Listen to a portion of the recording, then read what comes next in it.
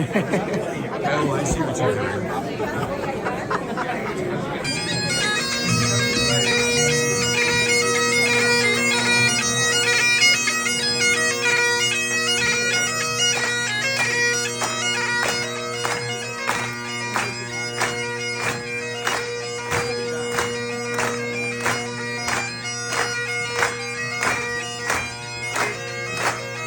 Burns night. So I hope I do it some justice. I'm following in the footsteps of some great people.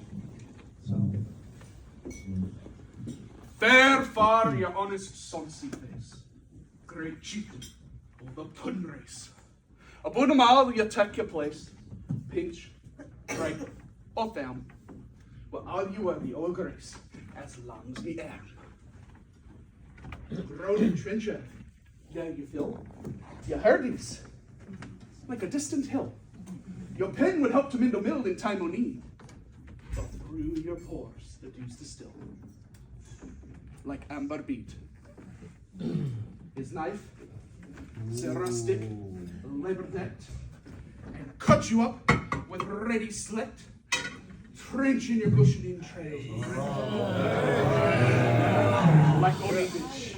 And then, oh, what a glorious scent! It's warm. Reeking. Rich. Then horn for horn they stretch and thrive. They'll take hindmost on they drive, till all their well-sold kites belive are bent like drums. Then all good man may like to rive. He thanked it comes. Isn't that ever his French ragout? Or olio that would sow a sou? Or fricassee that would make a spill with perfect scunner? Looks dim, with sneering scornful view on sick and dinner. Poor devil, see him out as trash, as feckless as a weathered rash. His spindle shank a good whiplash, his knee a knit. For bloody flood, oh, field to dash. How unfit.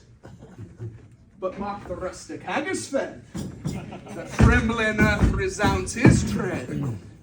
Flapping his wally neva bled and he'll mock it whistle. And then legs, and arms, and heaves a snip, like Apsiferous. Ye powers what make mankind ye care, and dish them out their bill of fare. Old Scotland wants nae skinking ware that jumps and luggies. But if you wish her grateful prayer, ye her a haggis.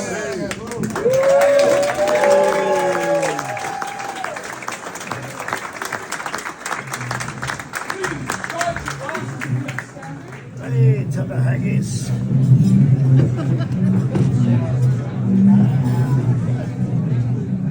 As we give a toast to the haggis.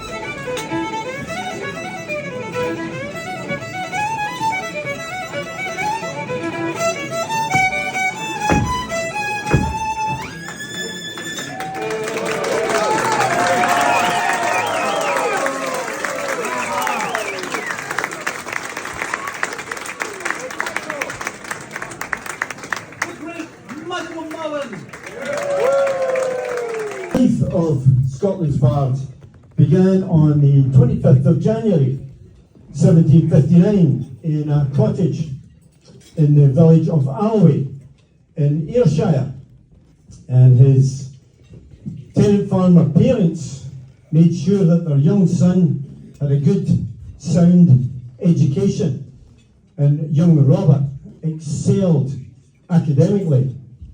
By the time the young teenage Burns was helping out on the family farm, he'd also begun to pen his own poetry. Then, in 1784, after their father passed away, Burns and his brother Gilbert rented a farm at Mossgiel, near the village of Mauchline, which is also in Ayrshire. It would have been long hours of hard manual labour for the young farmer Burns, but he still found time to write and to socialise with the local lassies, as we can surmise from this verse from one of his early poems, The Bells of Mauchline. Miss Miller is fine, Miss Markland's divine, Miss Smith she has wit, and Miss Betty is braw. There's beauty and fortune to get wi' Miss Morton, but armour's the jewel for me o' them a'. So clearly, the hard-working farmer and aspiring poet had an eye for the local lassies. But by early 1786, things weren't looking too good for our Rabbie. The farm at Mossgiel was struggling financially. His future wife, Jean Armour, the jewel of the Bells of Mauchline, was in the family way with twins. And Jean's father was firmly against his daughter marrying a penniless tenant farmer. It was also around this time where Burns's landlord, a chap called Gavin Hamilton, suggests that he sends some of his works to a local publisher. And by the way, this is the same Gavin Hamilton that the hypocritical Mauchline Parish church elder lambasts in the poem Holy Willie's Prayer. This is the same Gavin Hamilton who drinks and swears and plays at courts, yet has somebody taken Earth's with great and sma. Now, fortunately for us, Burns didn't share Holy Willie's jaundiced view of Gavin, and on the 31st of July 1786, John Wilson of Kilmarnock published Burns's poems, chiefly in the Scottish dialect. What would become known as the Kilmarnock edition completely sold out in just over a month. So, while things weren't looking too good for our Rabbie at the start of 1786, later on that year, things were distinctly looking up. Burns and Jean welcomed the safe arrival of their newborn twins. Jean's father, he's beginning to warm to the prospect of his daughter marrying a wealthy poet. And Burns himself, he's now ensconced in Edinburgh to work on his next collection of poetry. And the good folks of Scotland's capital city welcomed the talented rustic poet with open arms. Burns went on to write in his address to Edinburgh, the Edinburgh sons were social and kind, and he positively enthused over Edinburgh's daughters. Thy daughters bright, thy walks adorn, gay as the gilded summer sky, sweet as the dewy milk-white thorn, dear as the rapture thrill of joy. But following his publication of his Edinburgh collection in 1787, Burns then went on tours of Scotland, taking in the borders, the Highlands. He visited places of historical interest like Culloden and Bannockburn, and along the way he collected old ballads which he would later rework with his own words. Then in 1788, Along with his now wife, Jean, and their young family, Burns moves to the rundown Ellisland farm near Dumfries in the south of Scotland. So now we have the family man Burns back working the land, and to supplement his income, he trains as an excise officer. Quite the interesting career choice for someone who wrote in his author's earnest cry and prayer that freedom and whiskey gang together.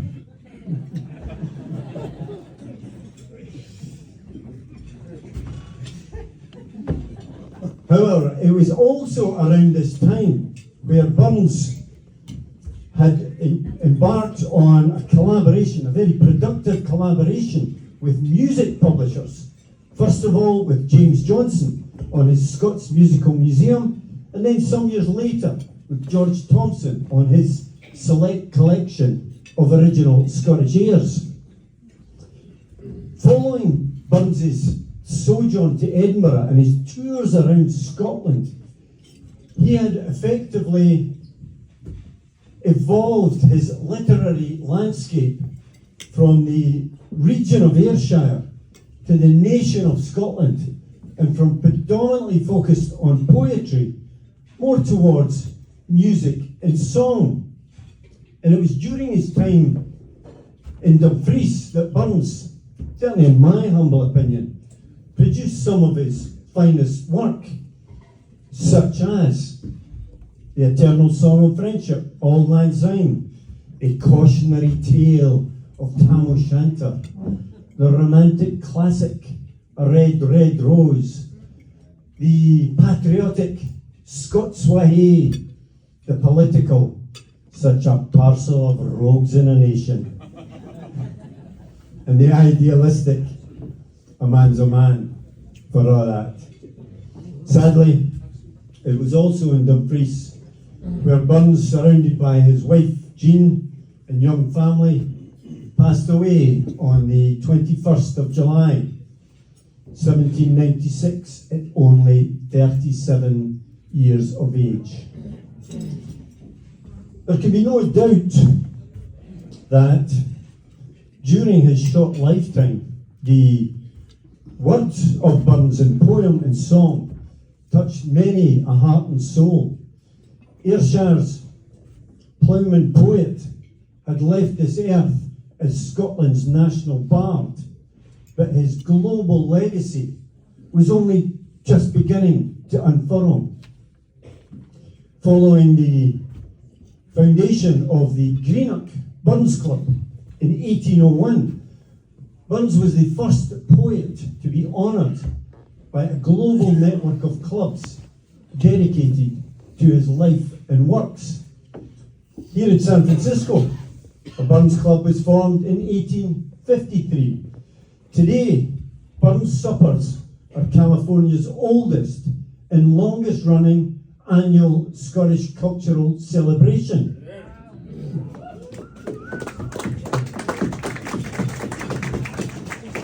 Globally, some 9 million plus take part in Burns Suppers just like this every year.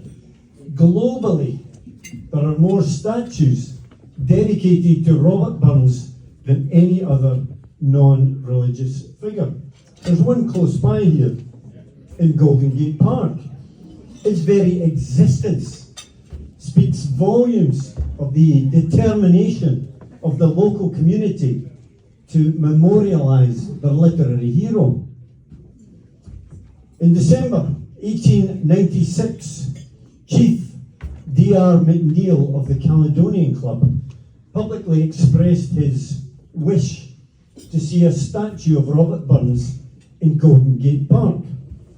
With the ardent support of all the local Scottish associations, a memorial committee was formed. But this was no short-term exercise. It wasn't until early April 1906 that a clay model of Burns was in the city's De Rome Foundry on Main Street, ready to be cast in bronze. Unfortunately, the earthquake and fires that destroyed much of the city later that month also destroyed the model and the foundry itself. But thanks to the determination of the Burns Memorial Committee, their project continued. And the statue we see of Robert Burns in Golden Gate Park today was unveiled on the 22nd of February 1908. Some 5,000 plus turned out to watch the unveiling ceremony that afternoon. It was the largest crowd ever in Golden Gate Park during the winter months. What's unique about Burns is that his work runs a thread through generations that cuts across all walks of life. In 1915, an army recruiting poster featured an image of Burns, along with the words, "What Burns said in 1782 holds good in 1915, along with the first verse of his poem, I'll go and be a soldier. Oh, why the deuce should I repine and be an old forebodder? I'm 23 and 5'9". I'll go and be a soldier. In 1937, John Steinbeck wrote his classic of Mice and Men, close by here in Los Gatos, taking the title of his book directly from Burns's poignant poem To a Mouse, which features the oft-quoted words, "The best laid schemes o' mice and men gang after gley." In 1999, at the historic reopening of the Scottish Parliament after almost 300 years, Sheena Wellington's defiant performance of A Man's a Man, For All That, stood as a testament to Burns's enduring belief in the common good and hope for the future. In 2008, when the musician Bob Dylan was asked to name the one lyric that had most impacted his life's work, the future winner of the Nobel Peace Prize for Literature declared it to be Burns's romantic classic, A Red, Red Rose. So, while the words of Burns in poem and song touched many a heart and soul throughout his short lifetime, so too have they resonated across the centuries with both great and small, the world over. These words didn't just capture Scotland's voice, its humour, its spirit. They've helped to shape the very identity of Scotland itself. It's little wonder then that today Burns's legacy, be that back home in Scotland, be it here in California or throughout the rest of the world, remains as relevant, as human, and as vibrant as ever. Thank you.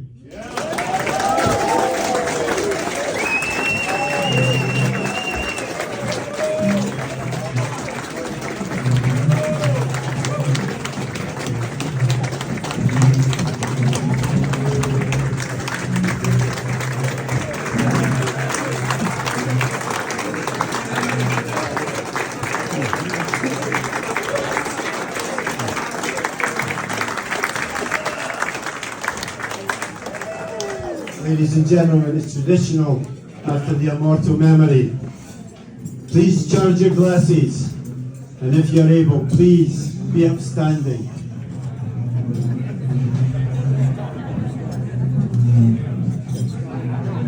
I give you a toast to the immortal memory of Robert Burns.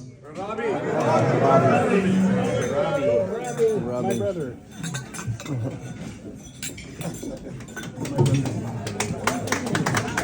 Well done, beautiful. Well done, sir.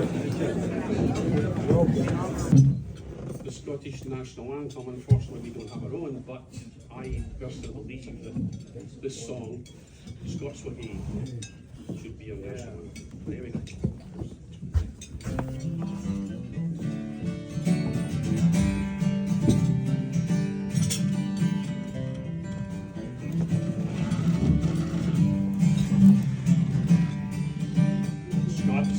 We Wallace bled, Scots one Bruce's of the land. Welcome to your glory bed, or to victory. Now's the day and now's the hour. See the front of battle, Lord. See approach proud Edward's power, chains and slavery.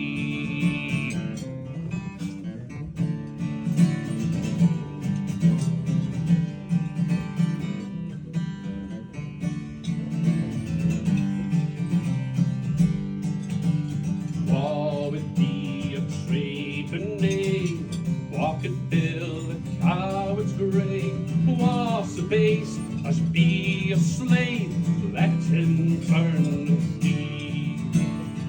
What was Scotland's king and law? Freedom's sword will strongly draw. Free man stand, free man fall, let him follow me.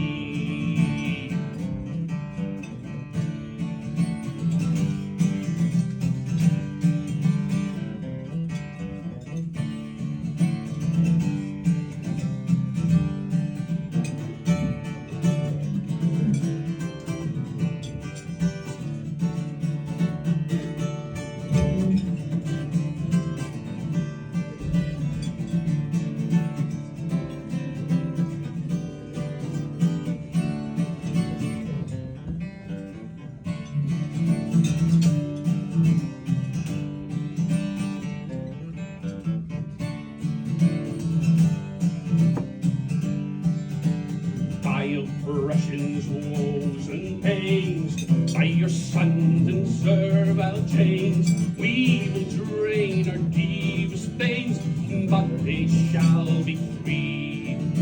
Lay the proud usurper low, tyrants fall at every foe, liberties in every blow, let us do our deed.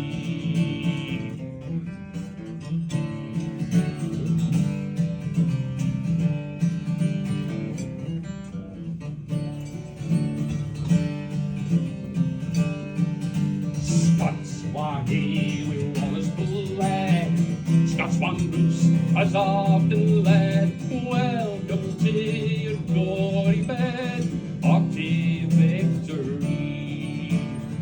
Now's the day, now's the hour. See the front of battle, Lord. See approach proud Edward's power, chained in slavery.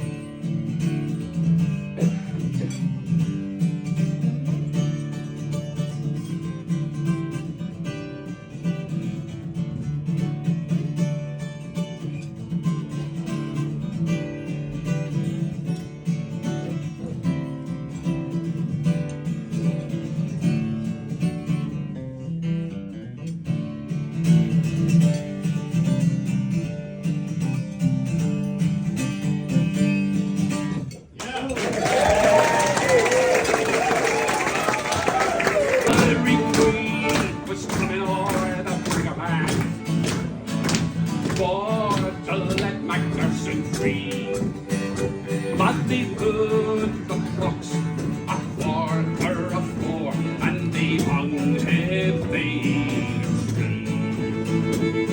say band and lay, and say one to lay, say dawn to lay, baby. He played a tune and he danced in a room, he rode the gallows street. Say band and lay, and say one to lay, say dawn to lay, baby. He